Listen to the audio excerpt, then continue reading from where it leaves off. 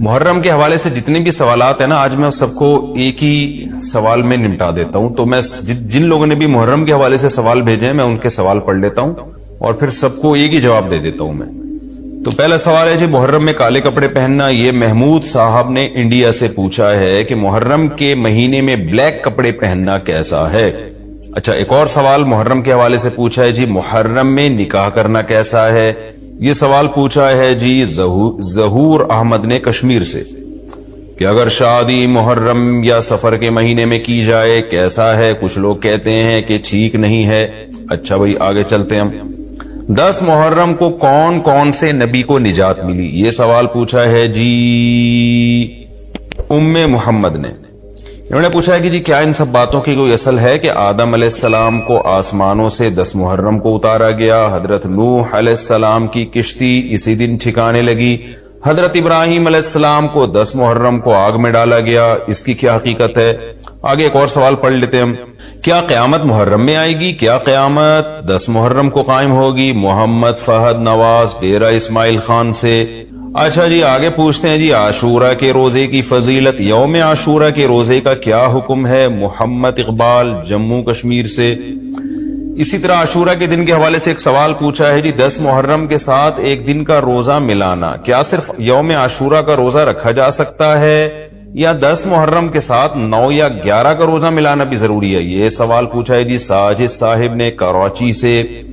عاشورہ میں قضا روزے کی نیت کرنا، کیا کسی کے قرض روزے رہتے ہوں اور وہ عاشورہ کے دن میں قضا روزے کی نیت بھی کر لے تو وہ قضا روزہ ہو جائے گا یا نہیں؟ یہ محمد اسماعیل نے راول پنڈی سے پوچھا ہے جی محرم کے دنوں میں روزے رکھنا، یعنی محرم کے عام دنوں میں روزے رکھنا.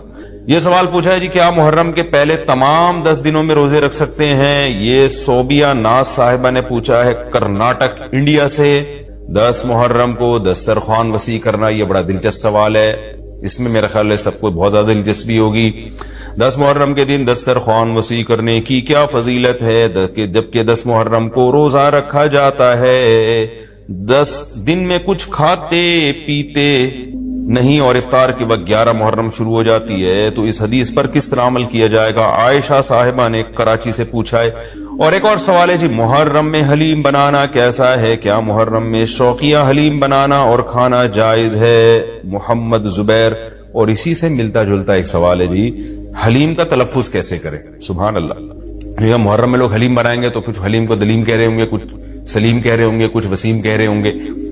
تو اس سے پھر سلیم اور وسیم کو تو غصہ آئے گا کہ یار ہمارا نام حلیم کو کیوں دے رہے ہو. تو یہ بھی سوال پوچھا ہے جی حلیم کو حلیم بولنا چاہیے یا دلیم بولنا چاہیے؟ اس بارے میں وضاحت فرما دیں. محمد طاہا. یہ سارے محرم اور محرم سے ملتے جلتے سوال تھے آج کے سیشن میں، تو میں نے کہا ایک ہی دفعہ میں سارے سوالات میں پڑھ لوں، پھر ایک ہی دفعہ میں ان سب کے جوابات ہو جائیں تو اچھا ہے. دیکھیں محرم کے بارے میں غلط فہمیاں بہت ساری ہیں. پہلے تو میں یہ عرض کروں محرم کی اسلام میں فضیلت کیا ہے اور کیوں ہے یہ فضیلت. رسول اللہ صلی اللہ علیہ وسلم نے فرمایا کہ محرم کو آپ صلی اللہ علیہ وسلم نے شہر اللہ قرار دیا ہے. صحیح حدیث ہے کہ آپ صلی اللہ علیہ وسلم نے فرمایا، صحیح مسلم کی حدیث ہے کہ رمضان کے روزوں کے بعد سب سے زیادہ جو روزے افضل ہیں وہ شہر اللہ المحرم، اللہ کے مہینے محرم کے، یعنی اللہ کی طرف اس محرم کی نسبت کی جا رہی ہے. تو یہ ایک بڑی فضیلت کی چیز ہے. اور قرآن میں جن 4 مہینوں کو محترم قرار دیا ہے، عرب ان مہینوں میں جنگ و جدال کو حرام سمجھا کرتے تھے کہ یار یہ ناجائز ہے، اس میں جنگ نہیں کرنی چاہیے، ان مہینوں کا احترام لازم ہے. ان میں 4 مہینوں میں محرم بھی ہے. محرم، رجب، ذی الحجہ، ذی قعدہ، ذی الحجہ، یہ 4 مہینے ہیں جو محترم ہے، لیکن اس میں پھر رجب بھی داخل ہے اور ذی قعدہ بھی اور ذی الحجہ بھی، تو یہ بھی ہے. اور 10 محرم کے روزے کی بڑی فضیلت ہے. آپ صلی اللہ علیہ وسلم نے فرمایا 1 سال کے گناہوں کی معافی کا ذریعہ بنتا ہے. لیکن آپ نے فرمایا کہ یہودیوں کی مشابہت نہ کرو، کیونکہ یہودی 1 روزہ رکھتے ہیں تو ہم 9، 10 یا 10، 11 2 روزے ملائیں گے.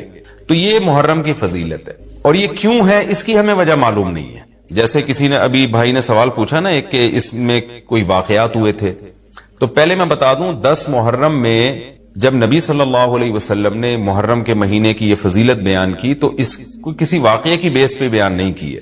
اس بارے میں جتنے واقعات ہمارے پاس منقول ہیں کہ آدم علیہ السلام جنت سے زمین پہ آئے تھے، یا قیامت آئے گی اس دن، یا یہ کہ اور پتہ نہیں کیا کیا ابراہیم علیہ السلام کو آگ میں ڈالا گیا، یہ سب من گھڑت ہیں، اس کی کوئی حقیقت نہیں ہے، موضوع روایتیں۔ البتہ اس دن موسیٰ علیہ السلام اور بنی اسرائیل کو فرعون سے نجات ملی تھی، اس بارے میں روایت سندن بہتر ہے، یعنی اس کو مستند روایت کہا جا سکتا ہے۔ تو وہ یہ کہا جا سکتا ہے کہ 10 محرم کو موسیٰ علیہ السلام اور بنی اسرائیل کو اللہ نے فرعون سے نجات دی تھی، اسی بیس پہ یہودی روزہ رکھا کرتے تھے اس دن۔ تو یہ روایت کے علاوہ باقی جتنے بھی واقعات ہیں سب من گھڑت ہیں۔ باقی حضرت حسین رضی اللہ تعالی عنہ کو جو کربلا میں شہادت ملی ہے، وہ تو 10 محرم، وہ تو فضیلت تو اسلام میں پہلے سے تھی، تو حضرت حسین رضی اللہ تعالیٰ عنہ کا واقعہ تو بعد میں ہوا ہے، تو اس سے حضرت حسین کی شہادت کو اور فضیلت مل گئی کہ آپ کو ایک مقدس دن میں اللہ تعالیٰ نے شہادت عطا فرمائی ہے۔ تو اب کیا مسئلہ ہے، اب میں جو ہے نا نمبر وار سوال پڑھ کے بتاتا ہوں، نمبر وار جو ہے نا، تاکہ وہ بحث ہماری گچ مچ نہ ہو جائے۔ ابھی سارے سوال میں نے اکٹھے پڑھ لیے تھے تاکہ آپ کو پتا چلے کہ آج محرم کے بارے میں کیا معلومات ہم شیئر کریں گے، کیا مسائل میں بتاؤں گا۔ محرم میں کالے کپڑے پہننا، یہاں سے ہمارے سوالات شروع ہوئے تھے۔ محمود صاحب نے انڈیا سے پوچھا تھا، دیکھیں کالے کپڑے کسی بھی وقت پہنے جا سکتے ہیں، کالے کپڑے پہننے کے ناجائز ہونے کی ہمارے پاس کوئی دلیل نہیں ہے۔ سفید کو پسند کیا گیا ہے، نبی صلی اللہ علیہ وسلم نے فرمایا سب سے زیادہ پسندیدہ لباس وہ سفید ہے۔ کفنوا فیہا موتاکم، اپنے مردوں کو بھی اسی میں دفن کیا کرو، اس لیے سفید لباس کو آپ صلی اللہ علیہ وسلم نے افضل قرار دیا، اس میں پاکیزگی زیادہ ہے۔